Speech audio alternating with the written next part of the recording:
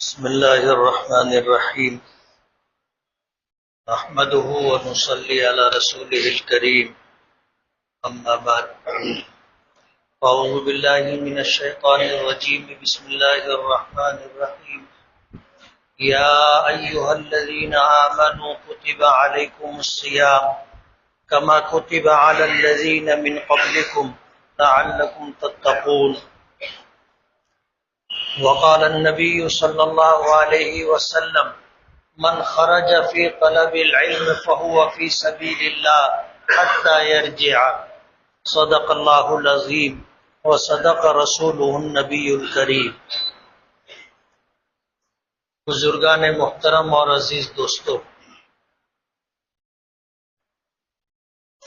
کسی نے کہا ہے کہ صبح ہوتی ہے، شام ہوتی ہے، عمر یوں ہی تمام ہوتی ہے. ایک وقت تھا کچھ دنوں پہلے کہ ہم نبی کریم صلی اللہ علیہ وسلم کی اس دعا کا حوالہ دے رہے تھے کہ آپ نے دعا فرمائی تھی: اللہم بارک لنا فی رجب و شعبان وبلغنا رمضان. کہ اے اللہ ہمارے لیے رجب اور شعبان کے مہینے میں برکت عطا فرما اور ہمیں رمضان المبارک تک پہنچا دے.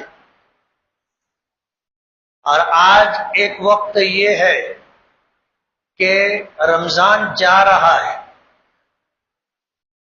رمضان کا یہ آخری جمعہ ہے. آج 27واں روزہ ہے. اس کے بعد 2 یا 3 روزے اور رہیں گے. اس کے بعد رمضان ختم ہو جائے گا. اگر 29 کا چاند دکھا تو 2 ہی روزے باقی ہیں، اور 30 کا چاند تو دکھنا ہی ہے. اس لیے کہ اسلامی مہینہ یا تو 29 کا ہوتا ہے یا 30 کا ہوتا ہے. اسلامی مہینہ نہ 28 کا ہوتا ہے اور نہ 31 کا ہوتا ہے.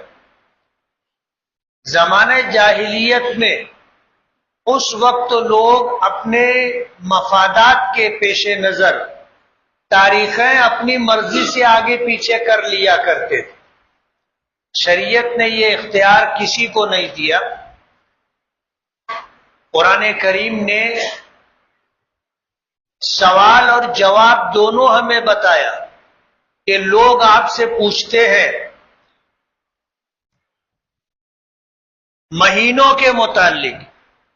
یسألونک عن الاہلہ، چاند کے متعلق لوگ آپ سے سوال کرتے ہیں. قل ہی مواقیت للناس، آپ بتا دو کہ یہ چاند کا آنا اور جانا تمہارے لیے کچھ عبادات کے لیے اوقات مقرر کرنے کے لیے. 2 ہفتہ پہلے میں نے یہ بات بتائی تھی کہ اسلامی عبادات کچھ ایسی ہیں جن کا تعلق سورج کے نکلنے اور ڈوبنے سے ہے، اور کچھ عبادات ایسی ہیں جن کا تعلق چاند کی تاریخوں سے جڑا ہوا ہے، اور تفصیل بھی میں نے بتائی تھی. تو ظاہر بات ہے کہ چاند کی شروعات اور آغاز اور چاند کا اختتام یہ مہینے کو متعین کرتا ہے. چاند دکھتا ہے تو مہینے کا آغاز ہوتا ہے، اور آئندہ چاند کا دکھنا پچھلے مہینے کا اختتام ہوتا ہے. نبی کریم صلی اللہ علیہ وسلم نے فرمایا کہ صوموا لرؤیتہ وافطروا لرؤیتہ، کہ چاند دیکھ کر روزہ رکھو اور چاند دیکھ کر کے افطار کرو. چاند دکھتا ہے رمضان کا مہینہ شروع ہوتا ہے، اور چاند دکھتا ہے تو رمضان کا مہینہ ختم ہوتا ہے اور شوال کے مہینے کا آغاز ہوتا ہے. 30 سے زیادہ دن اسلامی مہینوں میں نہیں ہوتے. اس لیے اگر 29 کا چاند دکھا تو صرف 2 روزے باقی، اور 30 کا چاند دکھا تو 3 روزے باقی. اس سے زیادہ اب رمضان باقی نہیں رہے گا. رمضان آ رہا ہے آ رہا ہے آ رہا ہے، اب رمضان کے آخری پائیدان پر ہم لوگ آ گئے ہیں۔ ظاہر بات ہے کہ جب رمضان شروع ہو رہا تھا اس وقت بھی ہم نے قرآن پاک کی اسی آیت کی تلاوت کے ذریعے ایک پیغام دیا تھا کہ رمضان کیسے گزارا جائے۔ اللہ پاک نے اور اللہ کے نبی صلی اللہ علیہ وسلم نے ہمیں جو عبادتیں عطا کی ہیں ان کا مقصد کیا ہے؟ قرآن کریم کی آیت کی میں نے تلاوت کی کہ اے ایمان والو تم پر روزے فرض کیے گئے جس طرح تم سے پہلے لوگوں پر روزے فرض کیے گئے تھے۔ کیوں؟ لعلکم تتقون، تاکہ تم میں تقوی کی صفت پیدا ہو جائے۔ یہ رمضان المبارک کے آنے کا مقصد تھا۔ اللہ تعالیٰ نے روزے کیوں فرض کیے؟ اور کیا یہ روزے صرف ہم ہی پر فرض کیے گئے؟ نہیں، اللہ پاک نے دنیا کا یہ نظام بنایا تو پہلے انسان سے لے کر آخری انسان تک اللہ پاک کے نظام کا جو سلسلہ ہے وہ دراز رہے گا، اور اس دنیا میں انسانوں کے بھیجے جانے کا مقصد جو پہلے تھا وہ آج بھی ہے اور آگے بھی رہے گا۔ اللہ نے ہمیں اپنی اطاعت، اپنی عبادت اور بندگی کے لیے پیدا کیا، اور نمازوں کے ذریعے، روزوں کے ذریعے، زکوٰۃ کے ذریعے، حج کے ذریعے کچھ خوبیاں، کچھ صفات ہم میں اللہ پاک پیدا کرنا چاہتے ہیں۔ رمضان کا خاص اہتمام کہ 12 مہینوں میں سے ایک مہینہ روزوں کے ساتھ گزارتا ہے۔ اللہ تعالیٰ نے ایک عبادت ہمیں عطا کی اور اسے فرض قرار دیا۔ ہم میں سے ہر ایک کے لیے روزہ رکھنا ضروری ہے۔ ہمارے یہاں دیگر مذاہب کی طرح عبادت کرنا اختیاری عمل نہیں ہے کہ جی نے چاہا تو عبادت کر لی، نہیں چاہا تو مرضی آپ کی۔ دوسرے مذہب میں ایسا ہی ہے کہ تم چاہو تو پوجا کر لو، تم چاہو تو اپاس رکھ لو، تم چاہو تو صدقہ اور دان دے دو، اور نہ چاہو تو مت کرو۔ ہمارے یہاں مذہب اسلام میں ایسا نہیں ہے۔ نماز اللہ تعالیٰ کا حکم ہے، آرڈر ہے، ہر بالغ مرد و عورت پر ہر حالت میں نماز فرض ہے، معاف نہیں ہے۔ ہر حالت میں نماز پڑھنی پڑے گی۔ تندرست ہیں، کھڑے ہو کر کے پورے احکام کی رعایت کے ساتھ نماز پڑھیں۔ بیمار ہیں، کھڑے نہیں ہو سکتے، بیٹھ کر کے پڑھیں۔ حتیٰ کہ اگر کسی شخص میں بیٹھنے کی بھی سکت نہیں ہے تو وہ لیٹے ہوئے اشارے سے نماز پڑھے، نماز معاف نہیں ہے۔ ہمارے یہاں یہ اللہ پاک کا حکم ہے، اسے ٹالا نہیں جا سکتا، اسے ہر حال میں پورا کرنا ہوگا۔ یہی حال رمضان کے روزوں کا ہے کہ ہر بالغ مرد و عورت پر رمضان المبارک کے روزے فرض ہیں۔ اللہ پاک نے فرمایا فمن شہید منکم الشہر فلیصم، تم میں سے جو شخص بھی رمضان کا مبارک مہینہ پائے تو اس کے لیے ضروری ہے کہ وہ روزہ رکھے۔ زکوٰۃ یہ بھی اللہ تعالیٰ کے حکموں میں سے ایک حکم ہے کہ اللہ نے اگر تمہیں مال دیا ہے، صاحب نصاب بنایا ہے۔ دو ہی طرح کے لوگ دنیا میں مالی اعتبار سے ہوتے ہیں، یا تو غریب ہوتے ہیں یا امیر ہوتے ہیں۔ اب لوگوں کے زکوٰۃ اور لوگوں کے صدقات سے کون آدمی فائدہ اٹھا سکتا ہے؟ فرمایا جو آدمی صاحب نصاب نہ ہو۔ صاحب نصاب ہونے کا مطلب یہ ہے کہ اس کی ملکیت میں کھانے پینے اور ضرورت پورتا لباس اور اسی طرح اپنی ضرورت پوری کرنے کے لیے اسباب زندگی جو لازمی اور ضروری ہے، ان کے علاوہ اگر آپ کے پاس پیسہ ہے اور اتنا پیسہ ہے کہ آپ 52.5 تولہ چاندی خرید سکتے ہیں، یا آپ کے پاس 52.5 تولہ چاندی ہے، تو آپ صاحب نصاب ہو گئے۔ اب آپ کے ذمہ ضروری یہ ہے کہ آپ اپنے مال کی زکوٰۃ ادا کریں۔ آپ زکوٰۃ نہیں لے سکتے، آپ کے لیے ضروری ہے کہ آپ زکوٰۃ دو۔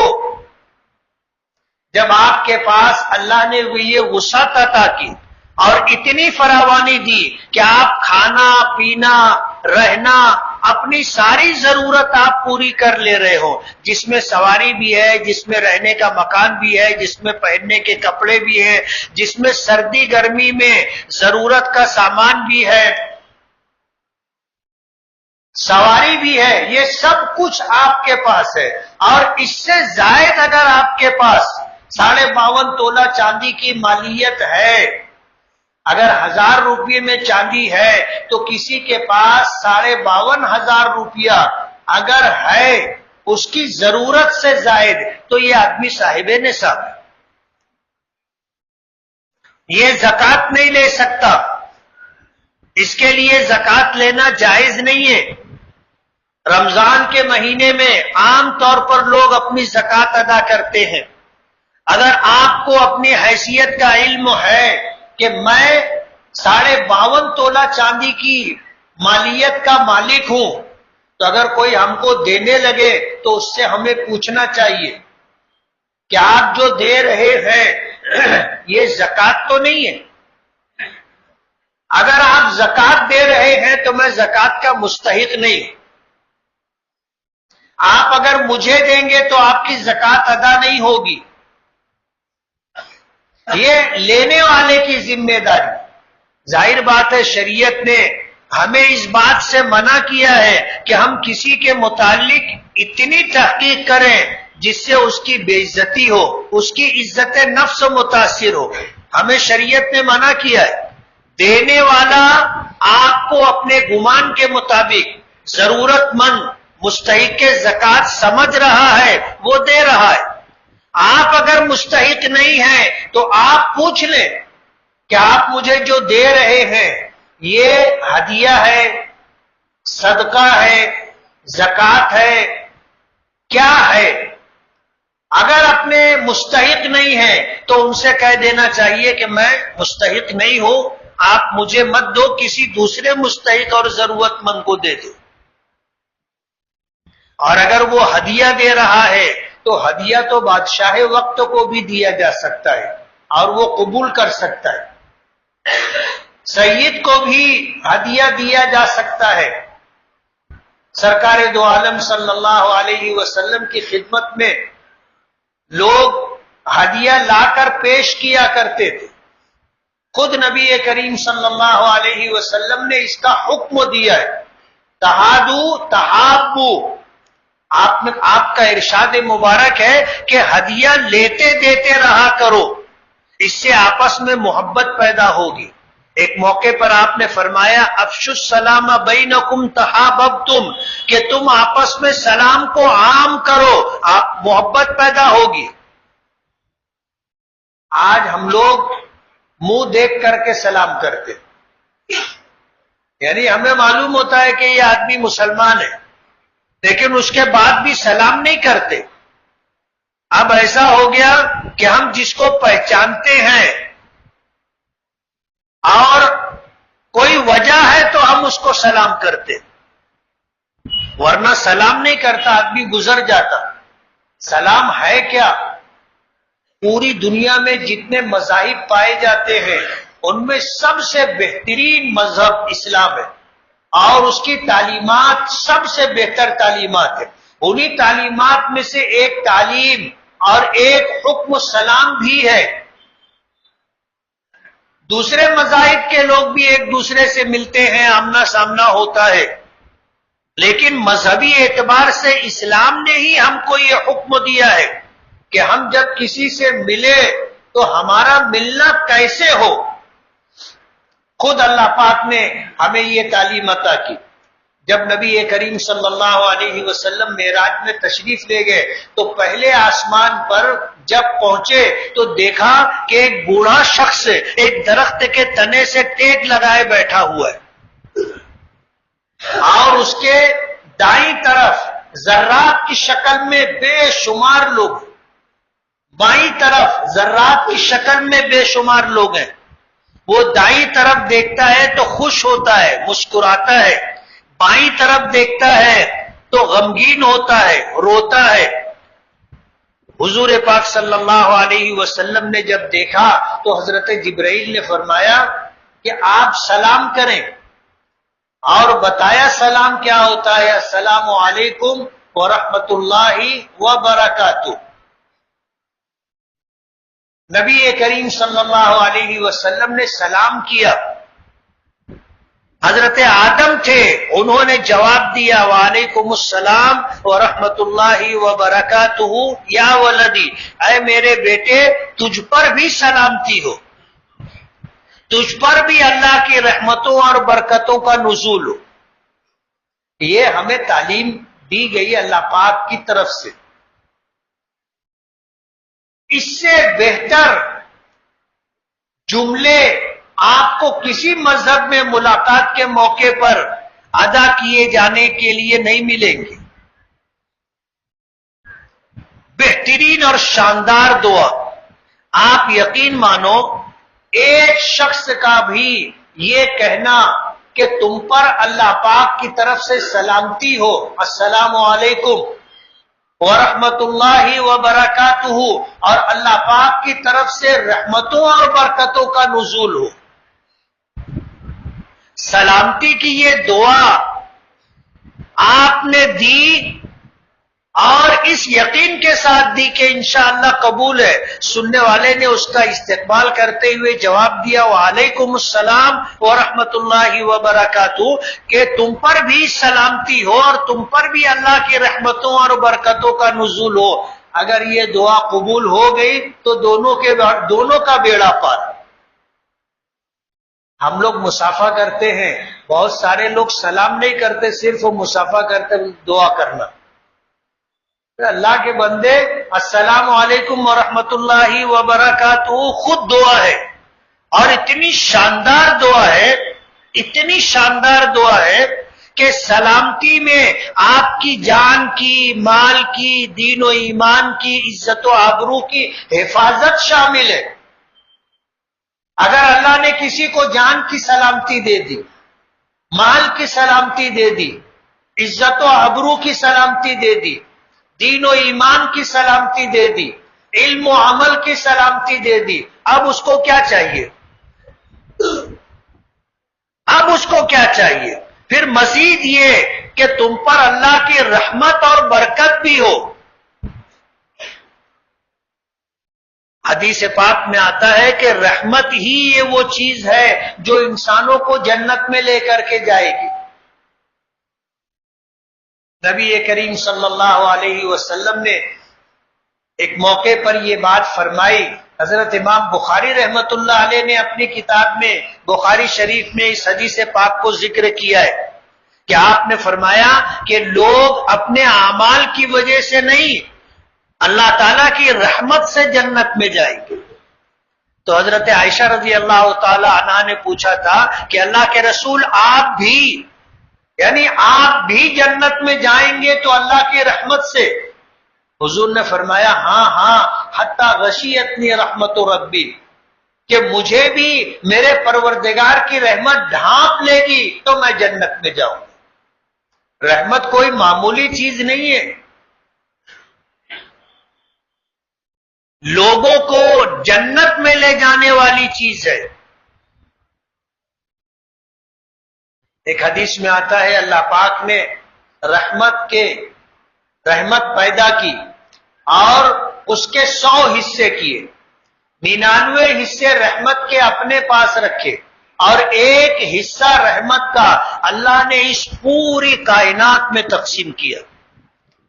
جس رحمت کا حصہ انسانوں کو بھی ملا، اللہ کی دوسری مخلوقات کو بھی ملا۔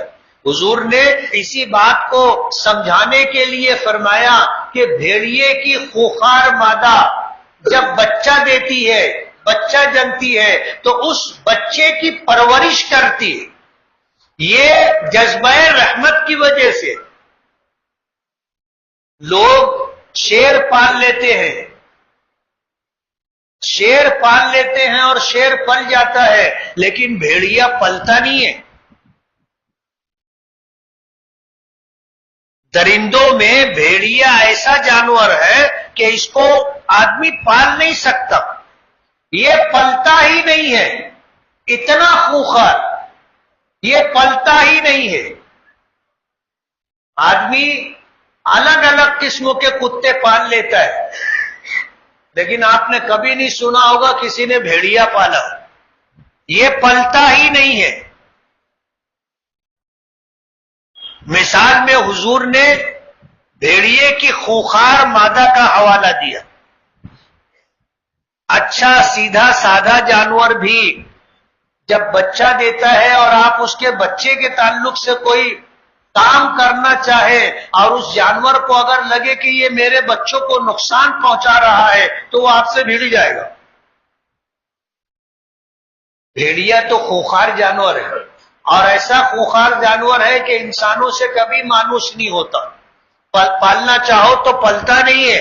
حضور نے مثال دی کہ بھیڑیے کی خوخار مادہ جنگل میں اپنے بچوں کی پرورش کرتی ہے، تو کیوں؟ اسی جذبہ رحمت کی وجہ سے۔ اور کل قیامت کے دن اللہ پاک اسی رحمت کے صدقے لوگوں کو جنت میں بھیجے گے۔ تو اللہ کی رحمت اور برکت، آدمی دعا کرتا ہے اور اس کے جواب میں یہی دعا بعینہ، جس کو سلام کیا جاتا ہے وہ واپس سلام کرنے والے کو دعا دیتا ہے۔ یہ خود دعا ہے اور بہترین اور شاندار دعا ہے۔ حضرت آدم سے حضور نے سلام کیا اور حضرت آدم نے یہی جواب دیا، اور پھر اللہ پاک نے اپنے نبی کے ذریعے ہم لوگوں کو یہ حکم دیا کہ جب تم لوگوں سے ملو، آمنا سامنا ہو تو سلام کرو، اور ہر ایک کو مسلمان صاحب ایمان ہونا چاہیے۔ فرمایا سلم علی من عرفت ومن لم تعرف، کہ تم ہر اس شخص کو سلام کرو جس کو پہچانتے ہو اور جس کو نہیں پہچانتے ہو، سب کو سلام کرو۔ یہ نہیں کہ مقصد ہے، غرض ہے تو سلام، اور اگر کوئی کام نہیں ہے، کوئی غرض نہیں ہے تو آدمی سلام بھی نہیں کرتا۔ کوئی اگر ہم کو سلام کرے تو یہ اس بات کی علامت ہے کہ وہ ہم سے تعلق اور محبت رکھتا ہے، جبھی تو وہ ہمارے لیے دعا کر رہا ہے۔ اور کیسی دعا کر رہا ہے؟ جان، مال، دین و ایمان، عزت و آبرو کی حفاظت، دین و ایمان کی حفاظت اور سلامتی، علم و عمل کی سلامتی اور حفاظت کی ہمیں دعا دے رہا ہے۔ ہمیں اس کا دل سے شکر گزار ہونا چاہیے۔ یہی وجہ ہے حضور نے فرمایا کہ سلام کو عام کرو، آپس میں محبت پیدا ہو۔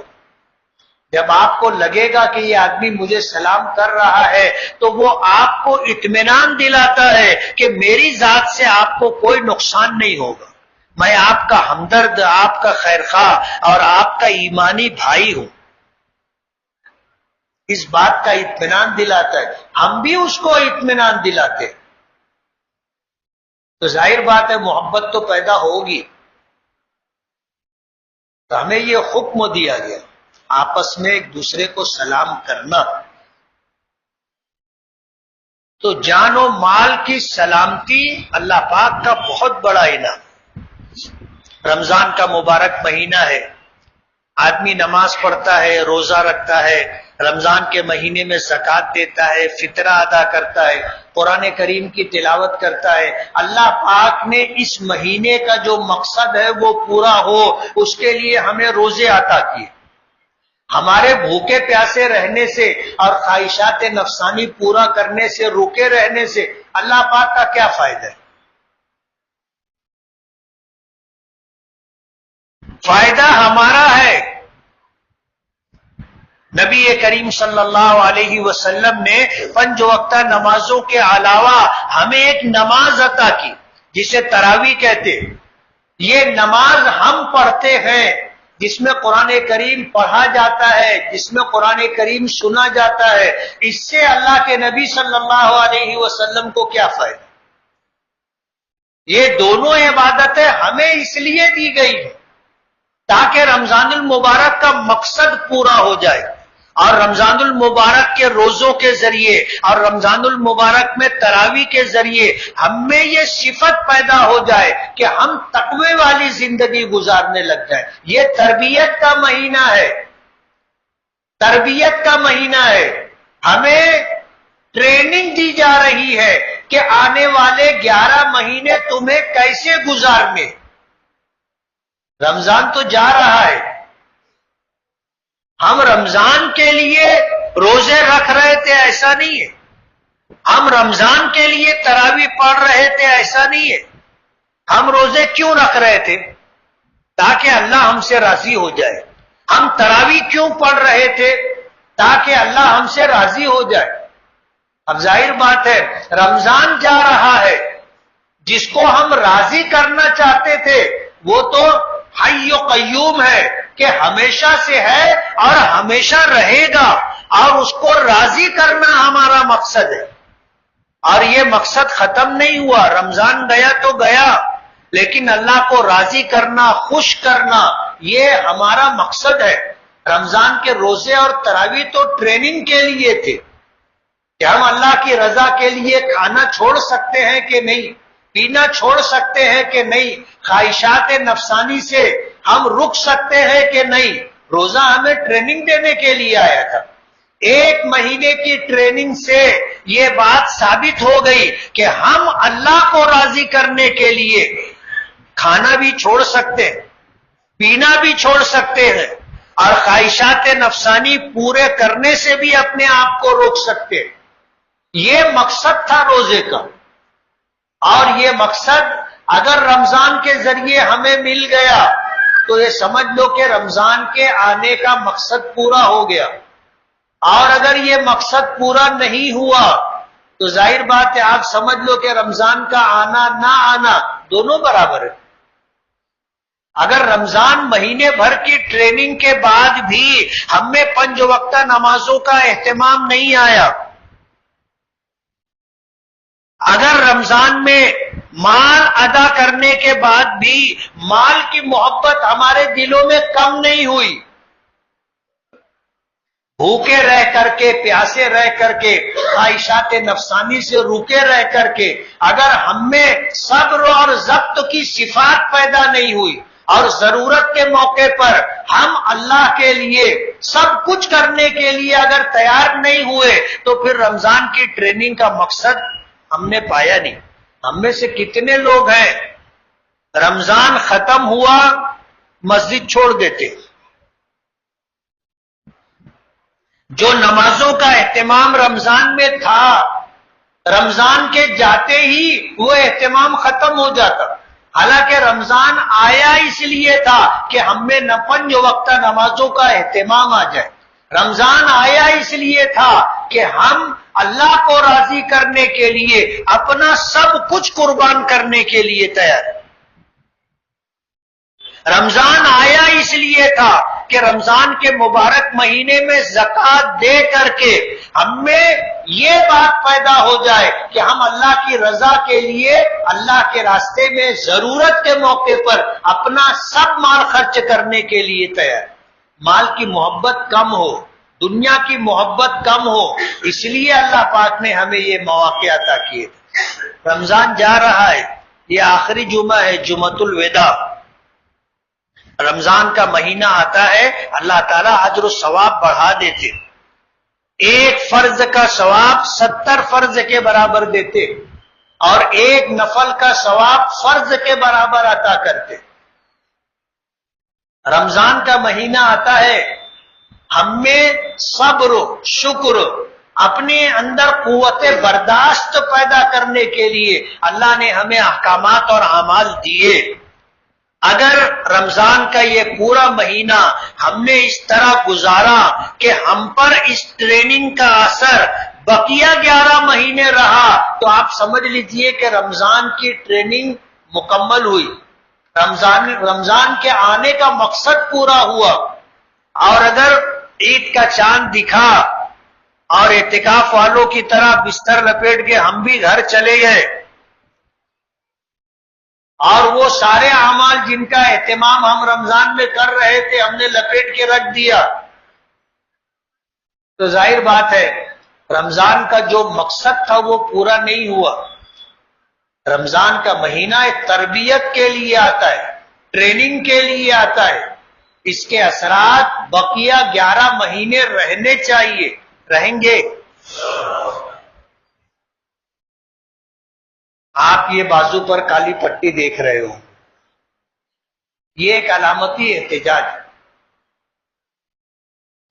وقت کی حکومت ہندوستان میں اوقاف کو ہڑپ کرنا چاہتی ہے، ایسا قانون بنا کر اس میں تبدیلی کر کے ایسا قانون لانا چاہتی ہے جس سے ہمارے یہ اوقاف محفوظ نہیں رہیں گے۔ اس میں فیصلہ کرنے کا اختیار ہر کس و ناکس کو دے دیا گیا کہ وہ فیصلہ کرے کہ اب یہ ملکیت اللہ کی ہے کہ نہیں ہے۔ مسجد کے بارے میں فیصلہ کریں گے کہ بھئی یہ مسجد ہے کہ نہیں، قبرستانوں کے بارے میں فیصلہ کریں گے کہ یہ قبرستان ہے کہ نہیں۔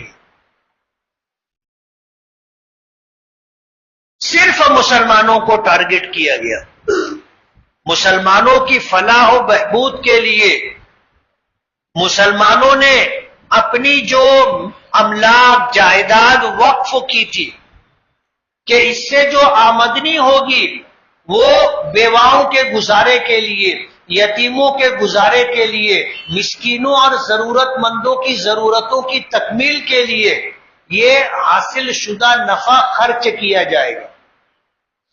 آج یہ مقصد مسلمان بھی پورا نہیں کر رہے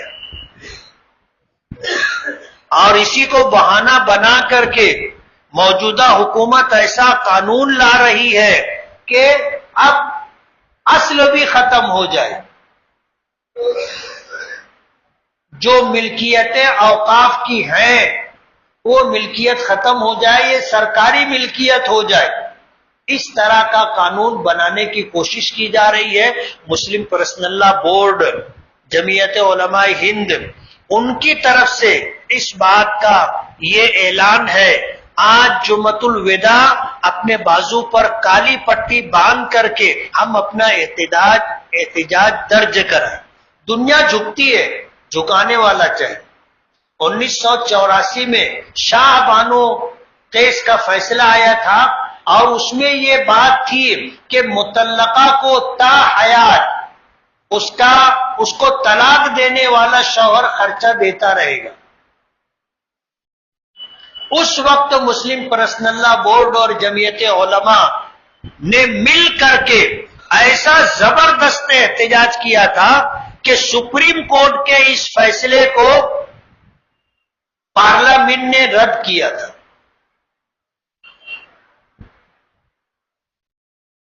ایسا احتجاج ہونا چاہیے کہ حکومت کو اپنا فیصلہ واپس لینا پڑے اور حکومت کو پیچھے ہٹنا پڑے۔ ہندوستان میں آج ہمارا سب کچھ داؤں پر لگا ہوا ہے اور حضور کے اس فرمان کے مطابق کہ تمام مذاہب کے ماننے والے مسلمانوں کے خلاف متحد ہو جائیں گے اور اس طرح ٹوٹ پڑیں گے مسلمانوں پر جیسے دسترخوان پر جو کھانے پینے کی چیزیں لگتی ہیں چاروں طرف سے لوگ بیٹھ کر اس کو نمٹانے کے چکر میں رہتے، دسترخوان صاف کرنے کا۔ آج اسلام اور مسلمانوں کو مٹانے کے لیے اس طرح کے اقدامات کیے جا رہے ہیں۔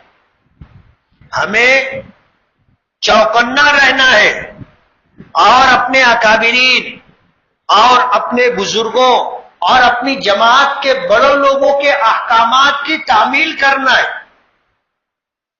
آج ہندوستان میں ہم 20 کروڑ سے زیادہ ہیں، 20 کروڑ سے زیادہ ہے۔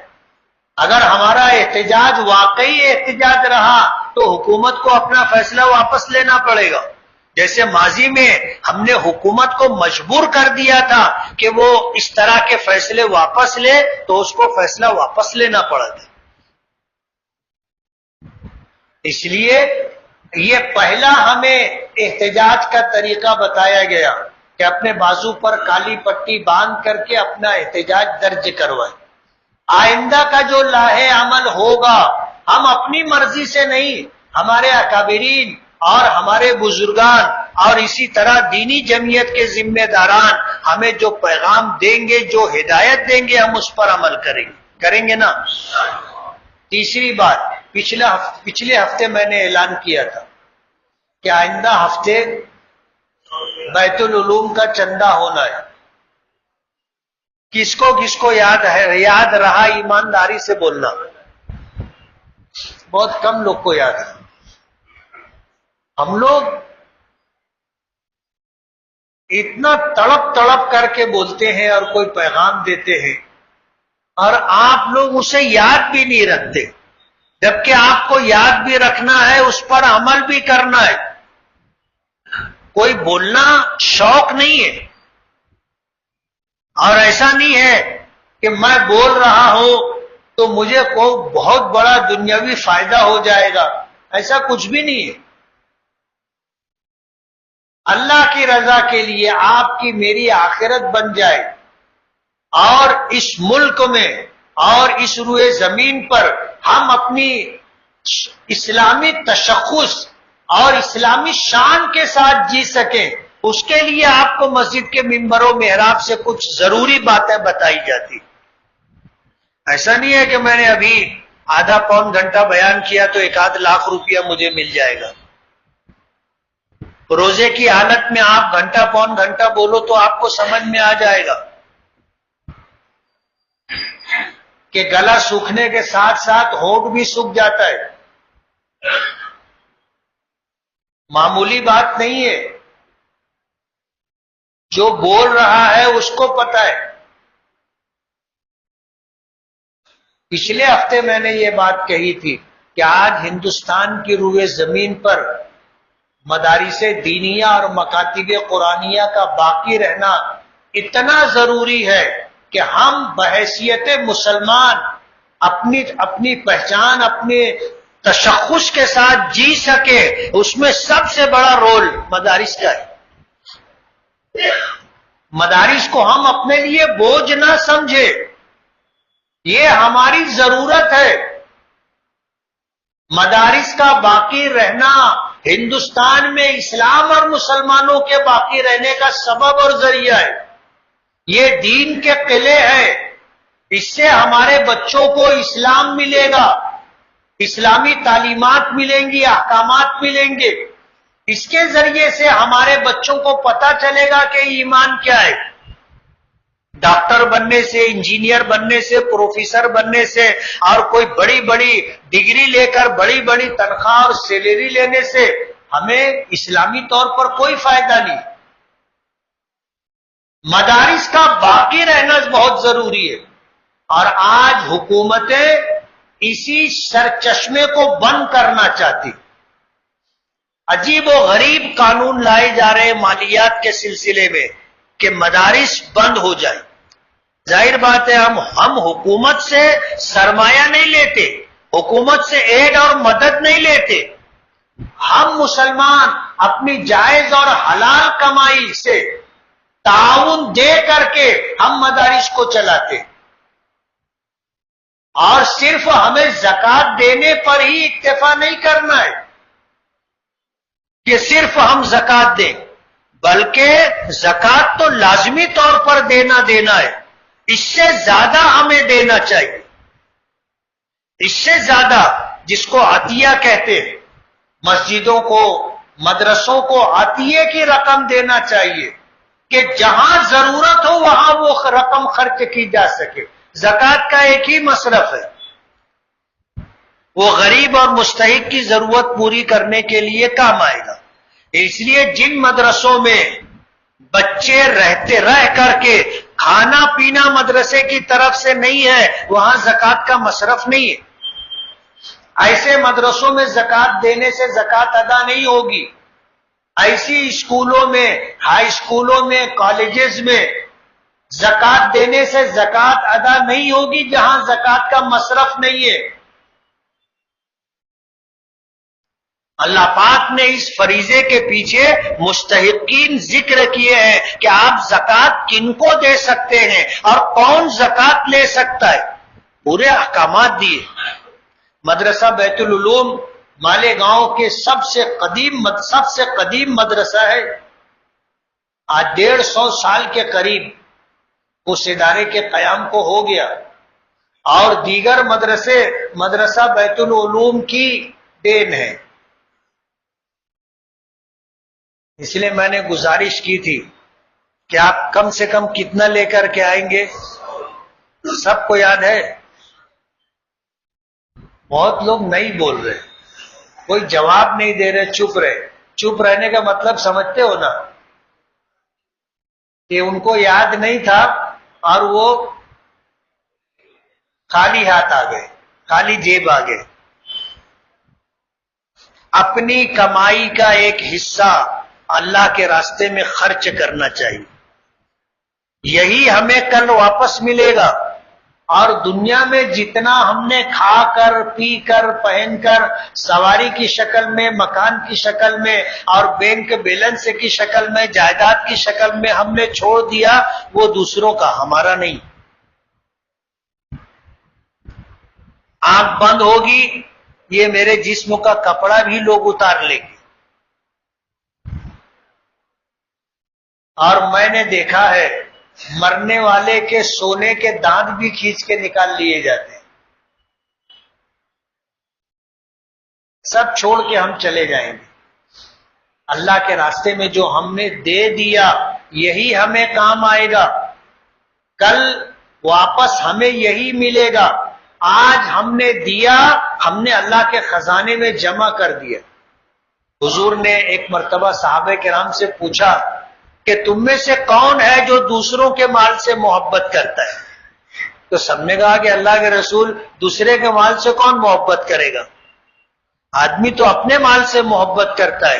تو حضور نے فرمایا کہ اپنا وہ ہے جو ہم نے اللہ کے راستے میں اللہ کی رضا کے لیے خرچ کر دیا، یہ اپنا ہے۔ باقی جو ہم چھوڑ گئے وہ دوسروں کا، وارثین آپس میں بانٹ لیں گے۔